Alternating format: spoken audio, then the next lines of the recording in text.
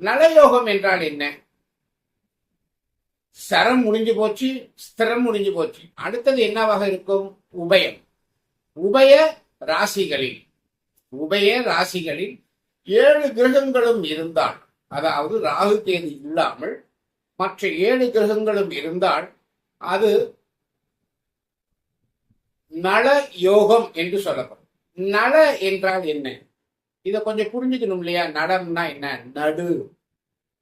நடுவாக இருப்பது, உச்சி பொழுதாக இருப்பது, இந்த பக்கமும் இல்லாம அந்த பக்கமும் இல்லாம நடுவுல இருக்கிறது நட.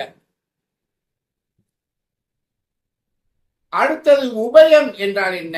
உபய ராசின்னு சொல்றோம் இல்லையா? உபயம் என்றால் 2 என்று அர்த்தம். உள்ளே வெளியே, உள்ளே வெளியே, இந்த அர்த்தத்தில் தான் உபயம். அதனால்தான் உபய ராசிக்காரர்களை உள்ளே வெளியே சென்று வரக்கூடிய வாய்ப்புள்ளவர்கள், வெளியே உள்ளே வரக்கூடிய 2 தரமாக இருப்பார்கள். ஸ்திரத்தன்மையும் சரத்தன்மையும் 2ம் கலந்ததாக இருப்பார்கள் என்பதுதான் உபய ராசி. இந்த உபய ராசிகள் என்ன? இந்த உபய ராசிகள் என்ன? மிதுனம், கன்னி, தனுஷு, மீனம். இதுதான் உபயராசிகள்.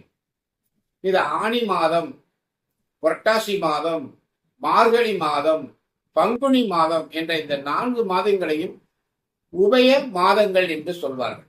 இந்த உபய மாதங்கள்ல வீடு குடி போக வேண்டாம் என்று கூட ஜோதிடம் சொல்லுது. ஏன்னா இந்த 2 கட்டான் நடையா இருக்கு, இந்த 2 கட்டான் நடையில போக வேண்டாங்கிறதான் குடி போக வேண்டாம்.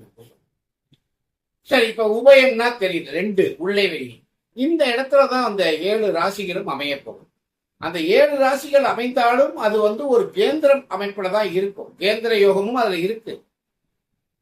இப்ப இந்த 4 ராசிகளில் 7 கிரகங்களும் அமைந்தால் என்ன பலன்கள் தருவார்கள்? மிதுனம், கன்னி, தனுசு, மீனம், இந்த 4 ராசிகளுக்குள் 7 கிரகங்களும் இருக்கணும். ராகு கேது இருக்கக்கூடாது. இது ராகு கேது பழமையான முறையில கிடையாது.